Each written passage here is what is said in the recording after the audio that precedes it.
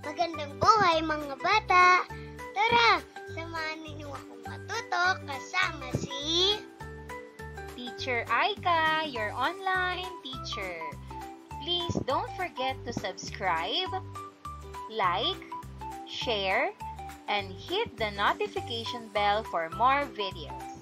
Thank you! Matatag Curriculum, GMRC, Grade 4. Quarter 4, Aralin 1. Ang ating paksa ngayong araw ay tungkol sa pagpapahalaga sa mga kasaysayan ng lugar na nagpapaunlad at nagpapalaganap ng kamalayan at pagmamalaki ng sariling nasyonalismo. Muli, ako si Teacher Aika, ang inyong online teacher. Simulan na natin. Mga kasanayan. Nakapagpapasidhi ng nasyonalismo sa pamamagitan ng pagkakaroon ng interes at kamalayan sa kasaysayan ng mga lugar bilang unang hakbang sa pagpapalaganap ng mga ito. A. Naiisa-isa ang mga makasaysayang lugar sa pamayanang kinabibilangan. B. Naipaliliwanag na ang mga makasaysayang lugar sa pamayanang kinabibilangan ay mahalagang kilalanin, pangalagaan, pagyamanin upang ipaalala ang mga kabayanihan ng mga Pilipino o ang kahalagahan ng kasaysayan ng lugar. At C. Nakalilikha ng mga paraan upang maipagmalaki at tangkilikin ang mga makasaysayang lugar sa pamayanang kinabibilangan.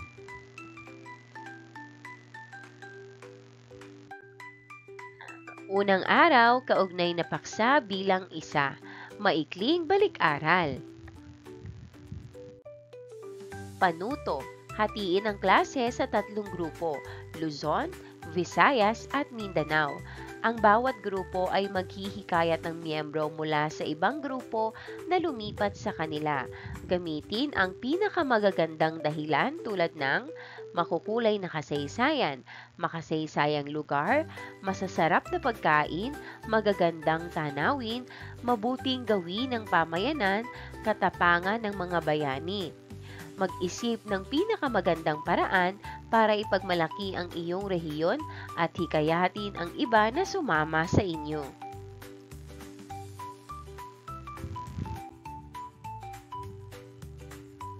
Pangalan ng lugar ng aking pangkat?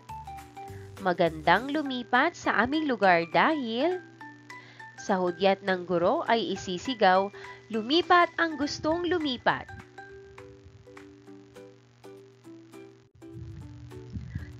Ipabasa sa mga bata ang mga sumusunod na dialogo.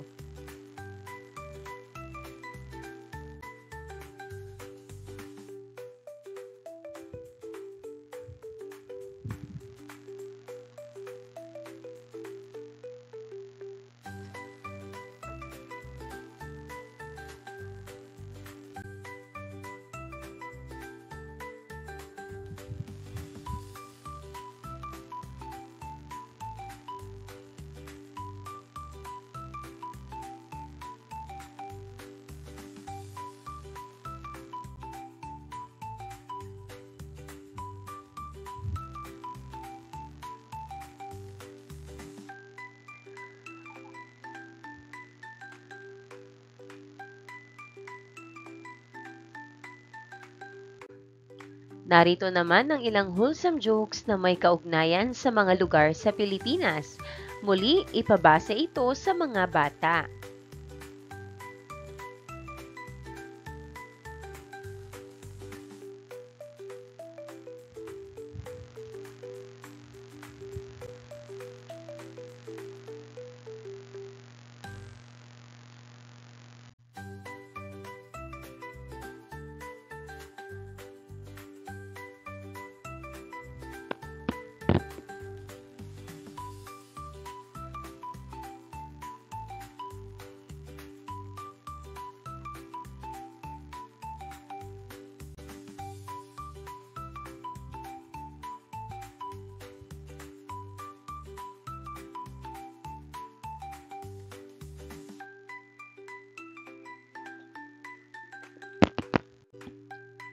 Paghawan ng bokabularyo sa nilalaman ng aralin. Flames. Ito ay isang laro kung saan pinagtatapat ang dalawang pangalan o salita at tatanggalin ng magkaparehong letra sa bawat pangalan o salita. Narito ang ilan sa mga halimbawa na maaaring ipabasa muli sa mga bata. Makasaysayan versus nasyonalismo. Makasaysayan versus mabuting gawi.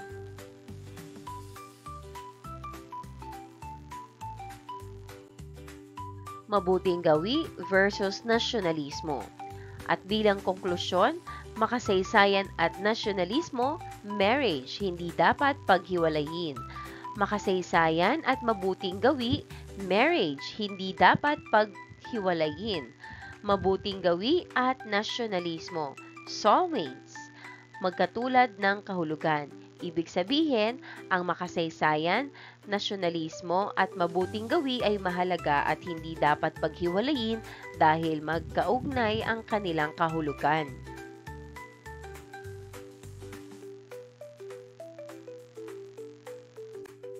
Ikalawang araw, kaugnay na paksa bilang isa. Ugnayan sa pagitan ng turismo at pambansang pagkakakilanlan.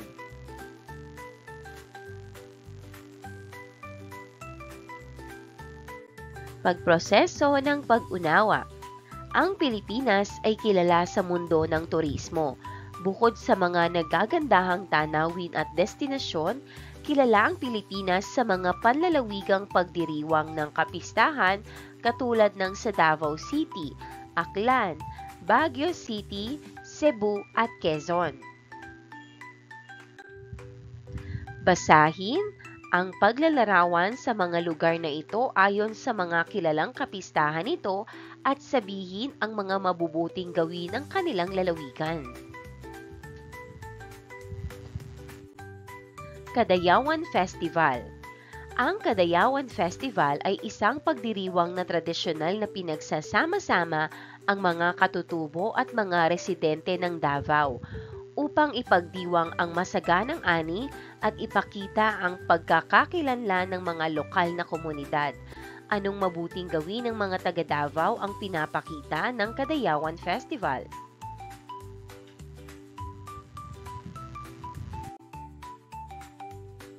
Mabubuting gawin ng mga taga Davao. Una, pagpapahalaga sa kultura at tradisyon ng mga katutubo. Ikalawa, pasasalamat sa masaganang ani at likas na yaman. Pangatlo, pagkakaisa ng mga residente at katutubong pamayanan. Pang-apat, pagpapakita ng respeto sa mga ninuno at kanilang pamana. Panglima, pagtangkilik sa lokal na produkto at likhang sining. Pang-anim, pagpapahalaga sa pagkakaiba-iba ng kultura. At pang-pito, pagtutulungan sa pagpapatuloy ng tradisyon. Ati-atihan. Ang ati-atihan ang pinakamatandang pagdiriwang sa Pilipinas. Ang tradisyonal na kaganapang ito ay ipinagdiriwang ang pagtanggap ng mga unang Kristiyanong misyonaryo sa Pilipinas ng mga sinaunang katutubo sa bansa at pinarangalan rin si Santo Niño, ang sanggol na si Jesus. Nagaganap ang pagdiriwang sa lalawigan ng Aklan sa isla ng Panay. Anong mabuting gawin ng taga-Aklan ang pinapakita ng Ati-Atihan Festival? Mabubuting gawi ng mga taga-Aklan. Una, pagpapakita ng mainit na pagtanggap sa ibang tao. Pangalawa, pagpapahalaga sa pananampalataya kay Santo Niño. Pangatlo, pagsasama-sama ng komunidad sa kasiyahan. Pang-apat, pagtangkilik sa lokal na musika at sayaw. Panglima, pagpapanatili ng makulay na kasaysayan ng Aklan. Pang-anim, pagtutulungan ng bawat isa sa paghahanda ng pagdiriwang. At pang-pito, pagpapahalaga sa tradisyonal na kultura ng mga katutubo. Panagbenga Festival. Ang Panagbenga Festival Madalas na tinatawag na Baguio Flower Festival ay isang buwang pagdiriwang na karaniwang tumatagal mula Pebrero hanggang Marso. Ito ay itinatag noong 1996 bilang isang paraan upang mapalakas ang turismo at aktibidad ng ekonomiya sa Baguio City. Ang kaganapang ito ay naging isang makabuluhang kultural na selebrasyon na hinihimok ang mga bisita sa buong mundo upang saksihan ang Grand Float Parade at mga street dancing competition nito. Ano ang mabuting gawi ng mga taga Baguio sa pinapakita ng Panagbenga Festival?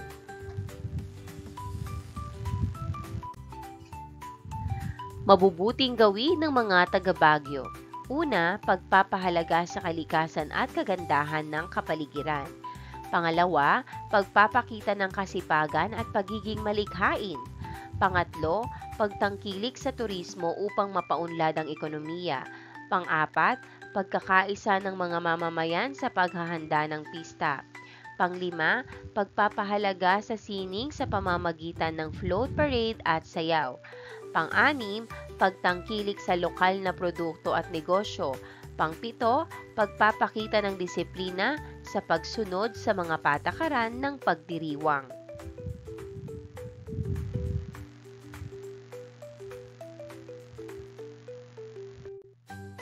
Pistang Sinulog Santo Niño. Ang Pistang Sinulog Santo Niño ay isang taunang kultural at relihiyosong pista na ginaganap tuwing ikatlong linggo ng Enero sa Cebu at nasa lungsod ng Cebu ang sentro ng aktibidad. Itong pista ang sentro ng mga Kristiyanong pagdiriwang kay Santo Niño sa Pilipinas. Anong mabuting gawin ng mga taga Cebu ang pinapakita ng Sinulog Festival?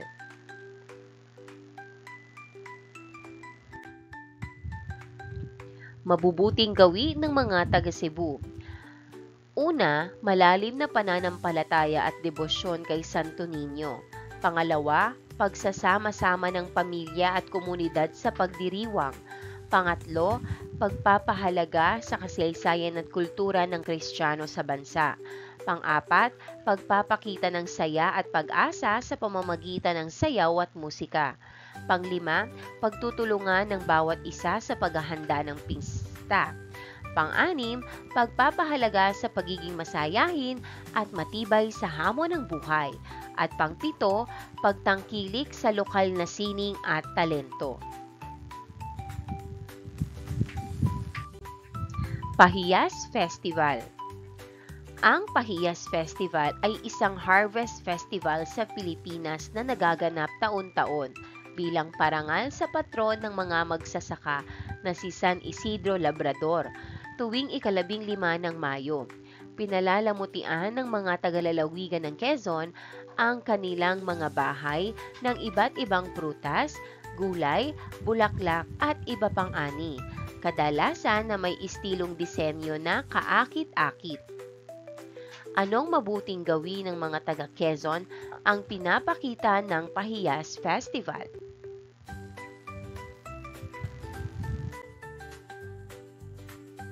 Mabubuting gawin ng mga taga Quezon. Una, pasasalamat sa masaganang ani at biyaya ng kalikasan. Pangalawa, pagpapahalaga sa pagsisikap ng mga magsasaka. Pangatlo, pagpapakita ng pagiging malikhain sa dekorasyon ng bahay. Pang-apat, pagtutulungan ng komunidad sa paghahanda ng pista. Panglima, pagpapahalaga sa tradisyong ipinasa mula sa mga ninuno. Pang-anim, pagpapakita ng kasiyahan sa simpleng buhay sa probinsya. At pang-pito, pagtangkilik sa lokal na produkto at pagkain.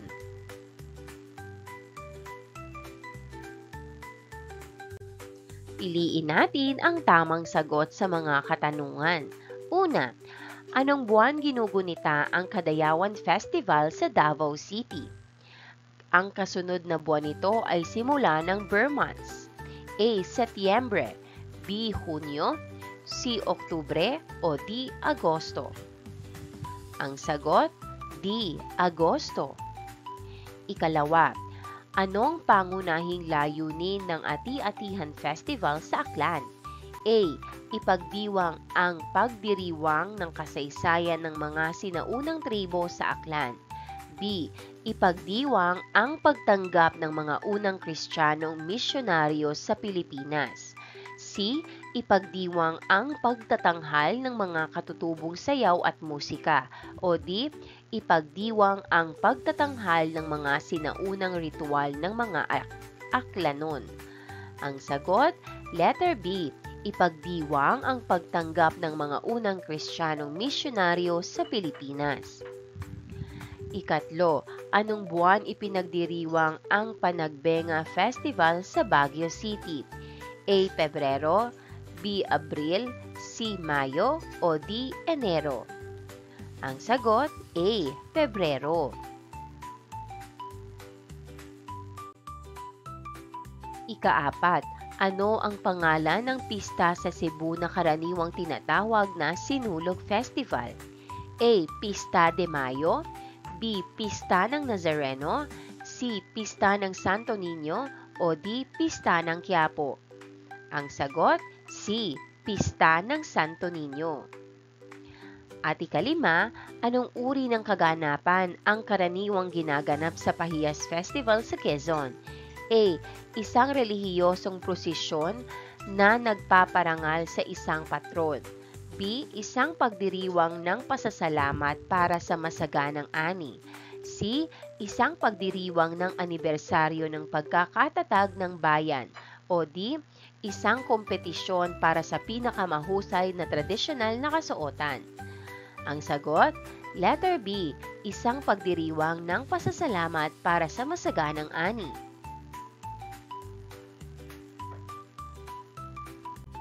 Ikatlong araw, kaugnay na paksa bilang 2.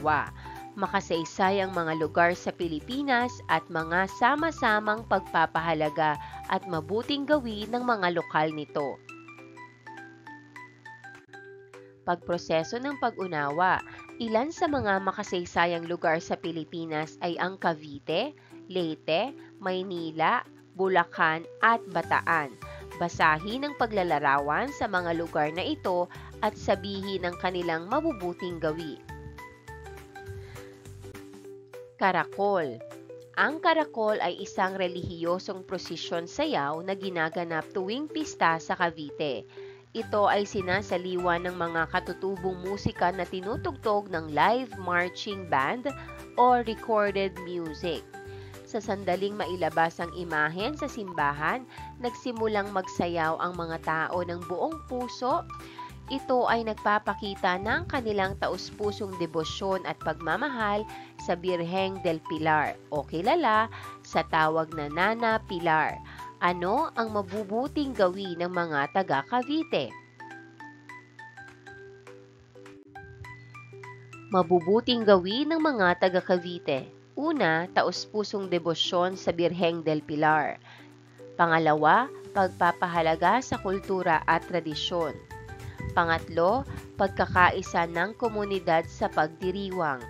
Pang-apat, pagpapakita ng saya at pananampalataya sa pamamagitan ng sayaw. At pang-lima, paggalang at pagmamahal sa kanilang patron.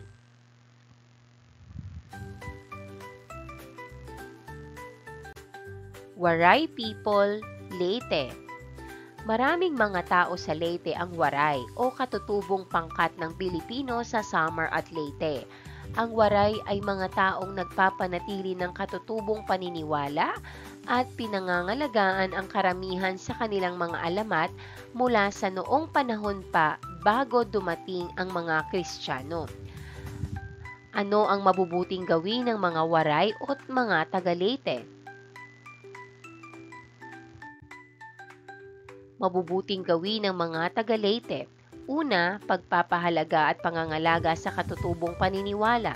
Pangalawa, pagpamanatili ng mga alamat at kwento ng kanilang lahi.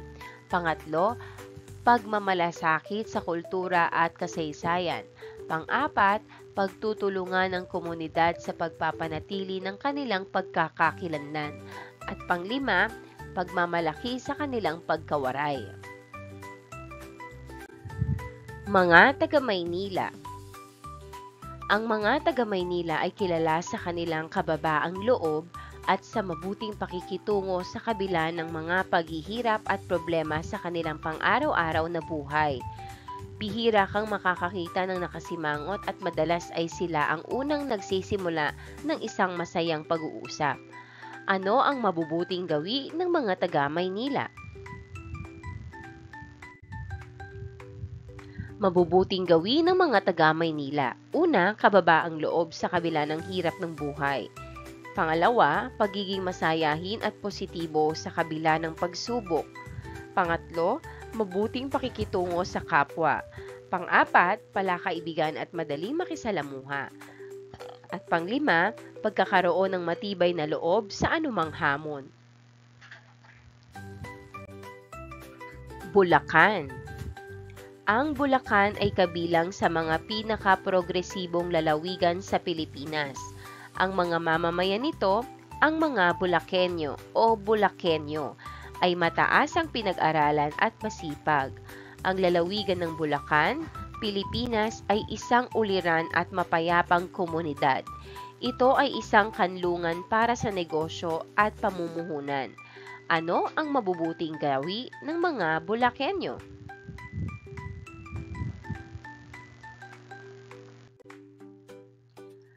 Mabubuting gawin ng mga taga-Bulacan. Una, mataas ang pagpapahalaga sa edukasyon.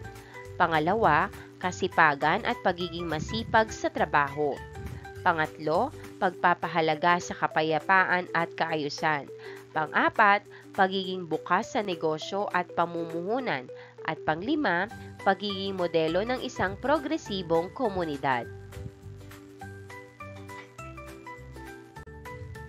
Makasaysayang Bataan.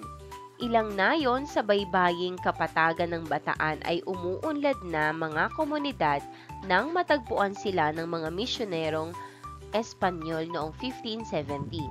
Ang mga baybaying nayon na ito ay pinaninirahan ng mga katutubo na karamihan ay mangingisda at magsasaka. Ang Bataan ay kabilang sa mga unang lalawigang nag-alsa laban sa paniniil ng mga Espanyol. Sina Pablo Tecson at Tomas del Rosario ay naging prominente sa Malolos Convention noong 1898 at naging instrumento sa pagtiyak na ang mga Pilipino ay nagtatamasa ng kalayaan sa relihiyon. Ano ang mabubuting gawi ng mga taga-Bataan?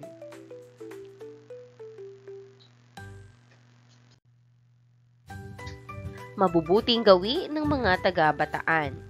Una, pagiging matapang at makabayan. Pangalawa, pagtutol sa paniniil at pang-aapi ng dayuhan. Pangatlo, pagpapahalaga sa kasaysayan at kalayaan.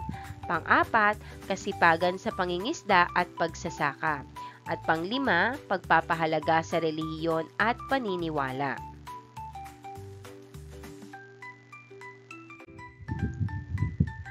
Piliin natin ang tamang sagot. Una, saang lugar sa Cavite naganap ang pagdedeklara ng kalayaan ng Pilipinas noong 12 ng Hunyo taong 1898? A. Rizal Park, B. Magellan's Cross, C. Aguinaldo Shrine, or D. Fort Santiago? Ang sagot, letter C. Aguinaldo Shrine. Pangalawa, saang lugar tinupad ni General Douglas MacArthur ang pangako niyang I shall return? A. Dambana ng Kagitingan, B. Mactan Shrine, C. Corregidor, o D. Leyte Landing Memorial? Ang sagot, letter D. Leyte Landing Memorial. Pangatlo, saan binitay ang Gumburza o ang tatlong paring martir? A. Fort Santiago, B. Rizal Park, C. EDSA Shrine, o D. Biak na Bato? Ang sagot, letter B. Rizal Park. Pang-apat, saan naganap ang pagtitipon o kongreso ng Malolos? A. Simbahan ng Barasuin, B. Leyte Landing Memorial, C. C. Aguinaldo Shrine o D. Rizal Park? Ang sagot, letter A. Simbahan ng Barasuin. Panglima, saang probinsya o lalawigan makikita ang dambana ng Kagitingan? A. Cebu, B. Bulacan, C. Bataan o D. Cavite? Ang sagot, letter C. Bataan. Paglalapat at pag-uugnay. Lugar na nais kong muling balikan. Isulat ito sa iyong kwaderno. Ika-4 na araw, kaugnay na paksa bilang 2. Mga mabuting gawin ng mga makasaysayang tao sa sariling pamayanang kinabibilangan. Nosy Balasi. Kapag pinag-usapan ang makasaysayang tao, mga bayaning sina Jose Rizal ang unang pumapasok sa isip. Ibinahagi ni Midel 2023 kung sino ang makabagong bayani sa ating panahon ngayon. Mga overseas Filipino workers, ang delivery riders, mga manggagawa sa pangangalagang pangkalusugan o health care workers, mga bumbero, opisyal ng pulisya, tauhan ng militar, voluntaryo at katulong sa komunidad, volunteers and community helpers. Isa-isahin at kilalanin natin sila. Overseas Filipino workers or OFWs. Sa Pilipinas, naging bahagi na ng kultura ang palaging pagbibigay importansya at pagpapakita ng malaking halaga sa mga pamilya at mahal sa buhay. Kaya naman, may mga taong handang pumunta sa ibang bansa at iwanan ang kanilang mga pamilya upang magbigay ng suporta at tulong pinansyal. Kadalasan, sila ay nagbibigay ng pinansyal na kontribusyon sa mga mahahalagang kaganapan tulad ng piyesta, sa kanilang sariling bayan. Anong mabuting gawi ang ipinapakita ng mga overseas Filipino workers? Overseas Filipino workers, mabubuting gawi. Una, sakripisyo para sa pamilya at bayan. Pangalawa, pagpapahalaga sa edukasyon ng anak at kinabukasan ng pamilya. Pangatlo, pagtulong sa ekonomiya ng bansa sa pamamagitan ng remittances. Pang-apat, pagtangkilik sa kultura at tradisyon sa kabila ng paninirahan sa ibang bansa. At pang-5, pagpapakita ng pagmamalasakit sa mga mahal sa buhay. Delivery rider. Dahil sa COVID-19, ang mga quarantine sa panahon na iyon ay kailangang mayroong handang kumilos para sa lahat tulad ng mga paghahatid ng pagkain sa panahon ng pandemic at mga nabili sa online market. Anong mabuting gawi ang ipinapakita ng mga delivery riders sa iyong komunidad? Delivery riders, mabubuting gawi. Una, pagsusumikap upang matustusan ang pangangailangan ng pamilya. Pangalawa, pagtupad sa tungkulin sa kabila ng panganib at sakripisyo. Pangatlo, pagtulong sa mga nangangailangan ng mabilis na serbisyo. Pang-apat, pagpapakita ng pagiging maaasahan at dedikasyon. At pang-5, pagtutulungan sa kapwa riders at komunidad. Healthcare workers. Manggagawa sa pangangalagang pangkalusugan o healthcare workers. Sa panahon ng epidemya, ang mga tauhan ng pangangalagang pangkalusugan ay ang pinakakinikilalang mga bayani na tumutulong sa lahat na lumaban para sa kanilang buhay, habang nalalagay sa panganib ang kanilang sariling kalusugan. Ang mga nurse, doktor at iba pang tauhan ng kalusugan sa maraming sektor ay lumalabas na pagod, lalo na sa panahon ng COVID-19, na humipo sa halos lahat ng kabahayan. Madalas silang kulang sa tulog at dehydrated para lamang magsilbi sa buhay ng mga tao. Sa halip na magpahinga kasama ang kanilang mga mahal sa buhay, sa kanilang mga araw ng pahinga, pinili nilang harapin ang panganib upang matupad ang kanilang hilig at ipahayag kung gaano nila kamahal ang kanilang trabaho. pati na rin ang mga tao sa pamayanang kinabibilangan na nangangailangan sa kanila. Anong mabuting gawi ang ipinapakita ng mga manggagawa sa pangangalagang pangkalusugan o healthcare workers? Healthcare workers manggagawa sa pangangalagang pangkalusugan mabubuting gawi. Una, pag-aalaga at pagsasakripisyo para sa kalusugan ng iba. Pangalawa, pagtatrabaho ng walang kapaguran sa kabila ng panganib. Pangatlo, pagpapakita ng tapang sa harap ng sakit at pandemya. Pang-apat, pagmamalasakit sa mga pasyente at kanilang pamilya. At panglima, pagpapahalaga sa propesyon at serbisyong medikal.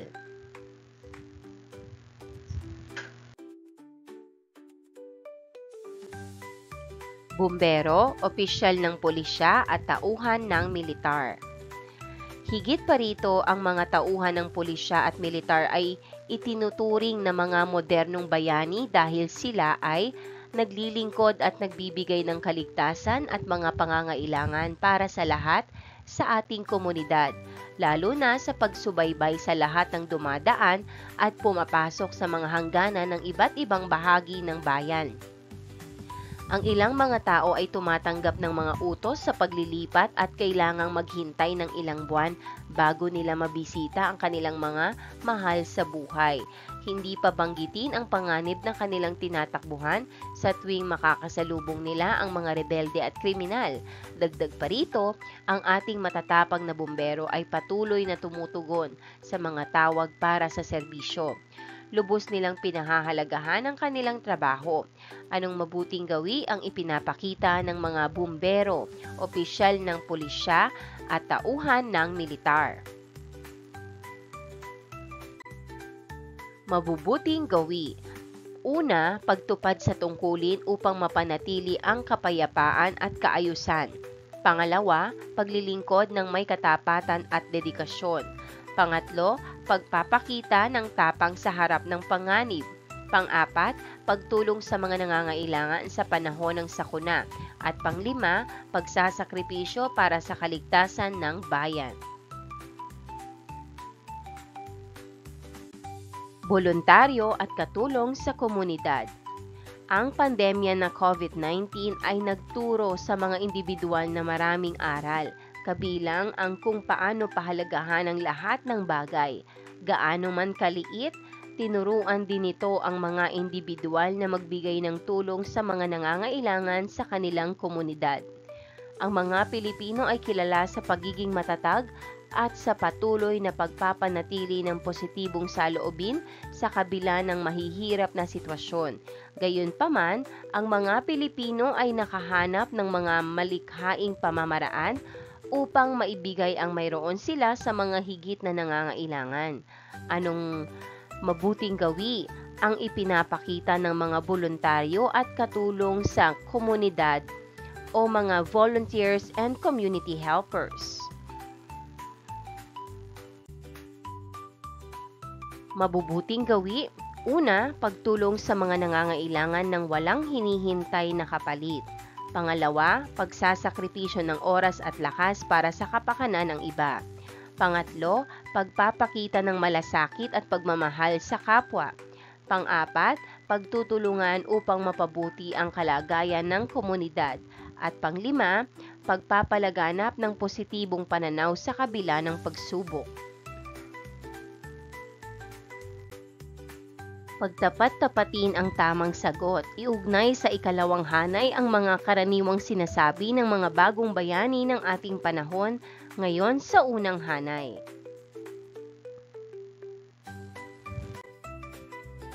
Basahin at sagutan natin.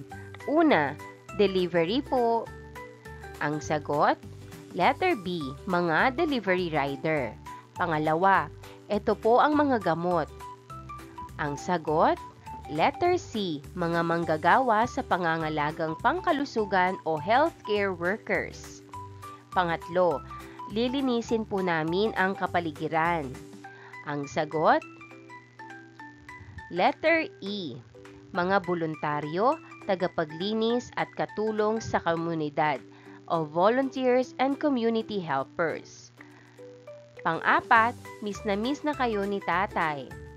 Ang sagot, letter A, overseas Filipino workers.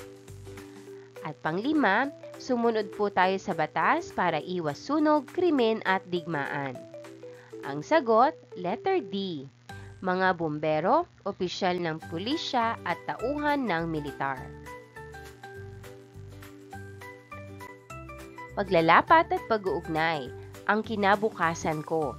Alin sa mga bagong bayani ang pipiliin mong maging pagkatapos mag-aral?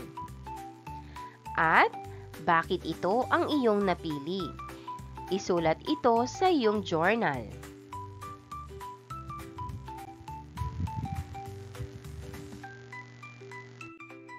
Pagproseso ng pag-unawa. Ang Pilipinas ay mayroong mayaman at magkakaibang kultura, bawat rehiyon na naiimpluwensyahan ng kasaysayan ng bansa, at ang pagkakaiba-iba ng etniko. Ang bansa ay nahahati sa ilang rehiyon, bawat isa ay may natatanging kultura, wika, tradisyon at mabubuting gawi. Piliin at pagtapat-tapati ng ilan sa mga kilalang rehiyonal na kultura sa Pilipinas. Ayon sa kanya-kanyang tradisyon, kaugalian at dialekto na ginagawang ang Pilipinas ay isang kaakit-akit at mayaman sa kulturang bansa upang galugarin.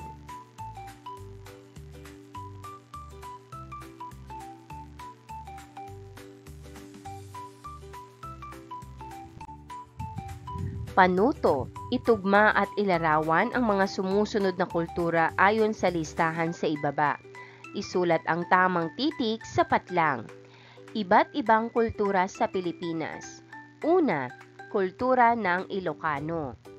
Ang sagot, letter B.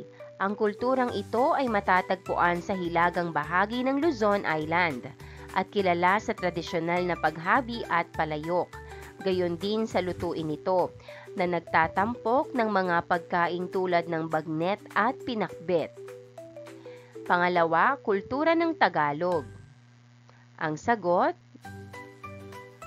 letter E. Nakasentro ang kulturang ito sa kabiserang lungsod ng Maynila at sa mga nakapaligid na lugar.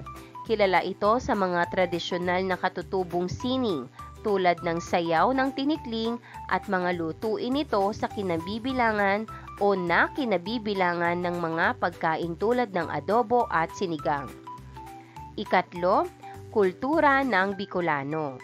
Ang sagot, letter D. Ang kulturang ito ay matatagpuan sa rehiyon ng Bicol ng Luzon Island at kilala sa maanghang na lutuin nito, kabilang ang mga pagkain tulad ng laing at Bicol Express. Ikaapat, kultura ng Bisaya. Ang sagot, letter A. Ang kulturang ito ay matatagpuan sa gitnang bahagi ng Pilipinas, kabilang ang mga isla ng Cebu, Bohol at Panay. Kilala ito sa mga tradisyonal na pagdiriwang tulad ng Sinulog Festival sa Cebu at Ati-Atihan Festival sa Aklan. Panglima, kultura ng Muslim. Ang sagot, letter C. Ang kulturang ito ay matatagpuan sa katimugang bahagi ng Pilipinas, partikular sa isla ng Mindanao. Ito ay naiimpluwensyahan ng mga tradisyon ng Islam at kilala sa mga makukulay na tela, tradisyonal na musika at lutuin na nagtatampok ng mga pagkain tulad ng biryani at sati.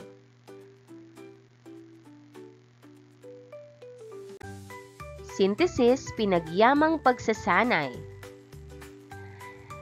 Saang lugar sa Pilipinas ang gusto mong marating o mapuntahan? Bakit gusto mo itong puntahan? Anong mayroon sa lugar na ito na wala sa ibang lugar? Anong mabuting gawi ang iyong ibabahagi at ipapakita kapag narating mo na ang lugar na ito? Sagutin ito sa iyong journal.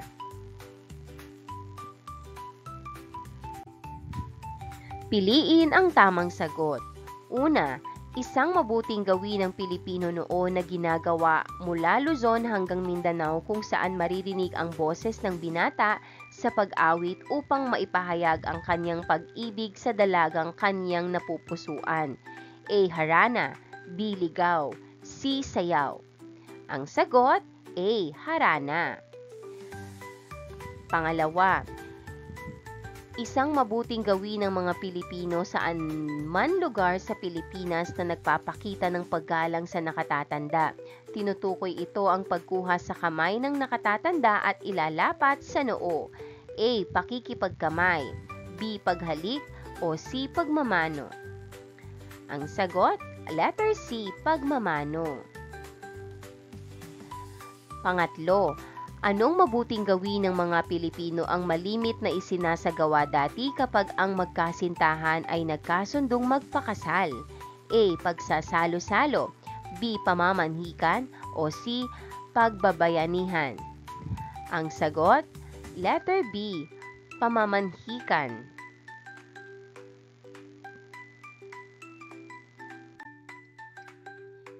Pang-apat, anong mabuting gawin ng mga Pilipino ang pagsasama-samang nagtutulungan ng mga magkakapitbahay o magkakaibigan?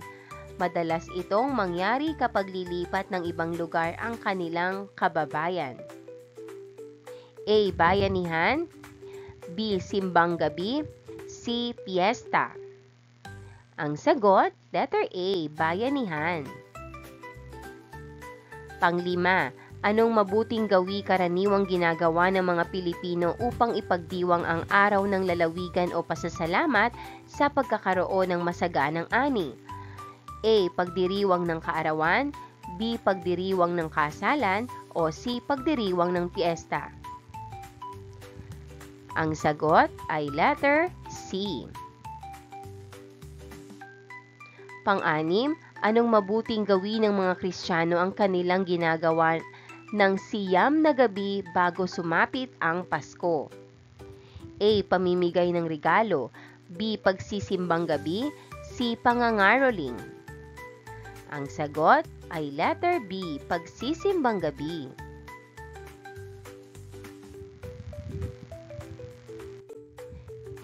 Pang-pito, ano ang tawag kung saan ginugunita sa pamamagitan ng dula at nagbabalik loob ang mga Kristiyanong Pilipino sa pinaniniwalaan nilang tagapagligtas? A. Sakripisyo. B. Semantiko. O C. Senakulo. Ang sagot, C. Senakulo. Pangwalo, anong mabuting gawi ang sumasalamin sa kulturang Pilipino kung saan nagnanais na magkaroon ng maganda at mabuting pakikitungo sa iba? A. Pakikisama. B. Pakikisalamuha. O C. Pakikibaka. Ang sagot, letter A. Pakikisama. Pangsyam, anong tawag kung saan inaalala ng mga mananampalataya ang mga sumakabilang buhay? A. Flores de Mayo. B. Semana Santa. O C. Undas. Ang sagot, letter C. Undas. Pang-sampu, anong mabuting gawi ang pagdiriwang sa buong buwan ng Mayo bilang pagbibigay parangal kay Birheng Maria? A. Flores de Mayo. B. Semana Santa. C. Undas. Ang sagot, letter A. Flores de Mayo. Pang-11, paano mo matitiyak kung ang isang gawain ay tama? A. Ito ay nagpapakita ng maayos na pakikitungo sa kapwa. B. Ito ay nagpapakita ng mali sa kapwa. O C. Ito ay nagpapakita ng pagiging magulos sa bahay. Ang sagot, letter A. Ito ay nagpapakita ng maayos na pakikitungo sa kapwa. Pang-12, piliin ang pangungusap na nagpapakita ng pangangalaga sa kapaligiran sa mga destinasyon ng turista. A. Nagtatapon ng basura sa tabi ng mga nakatalagang trash bins. O B. Tumutulong sa paglilinis at pagsasaayos ng mga destinasyon ng turista. Ang sagot, letter B. Tumutulong sa paglilinis at pagsasaayos ng mga destinasyon ng turista. Pang-13, piliin ang pangungusap na nagpapakita ng mabuting gawi sa pagbisita sa mga makasaysayang lugar. A. Sisigaw at sisigaw ng malakas sa sobrang tuwa. B. Tahimik na magpapakuha ng larawan. Ang sagot, letter B, tahimik na magpapakuha ng larawan. Pang-14, piliin ang pangungusap na nagpapakita ng pangangalaga sa kapaligiran ng makasaysayang bantayog. A. Sulatan ng pader ng walang pahintulot. B. Ibabahagi ang kaalaman sa bantayog sa mga nagtatanong. Ang sagot, letter B, ibabahagi ang kaalaman sa bantayog sa mga magtatanong. At panghuli, piliin ang pangungusap na nagpapakita ng pangangalaga sa ating kinabukasan na maging makasaysayang tao sa hinaharap. A. Mag-aral ng mabuti at susunod sa batas ng bansa. B. Sumama sa mga kaibigang laging naglalaro ng basketball at hindi gumagawa ng takdang aralin. Ang sagot, letter A. Mag-aral ng mabuti at sumunod sa batas ng bansa.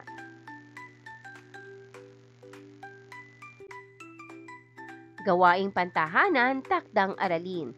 Bukod sa mga magaganda at makasaysayang lugar sa Pilipinas na gusto mong dalawin, tukuyin ang isang bahay ng iyong kamag-aral na nais mong puntahan. Pangalan ng kamag-aral, bakit gusto mo itong puntahan at dalawin? At ipaalam sa kamag-aral na nais mong pumunta sa kanilang tahanan at itanong kung anong mga alituntunin sa pamayanan at pamilya nila ang dapat mong sundin. Gawin ito sa iyong journal. Maraming salamat sa panonood. Huwag kalimutang i-like at mag-subscribe para sa higit pang educational content. I-click ang bell icon para ma-update ka sa ating mga bagong video. Salamat!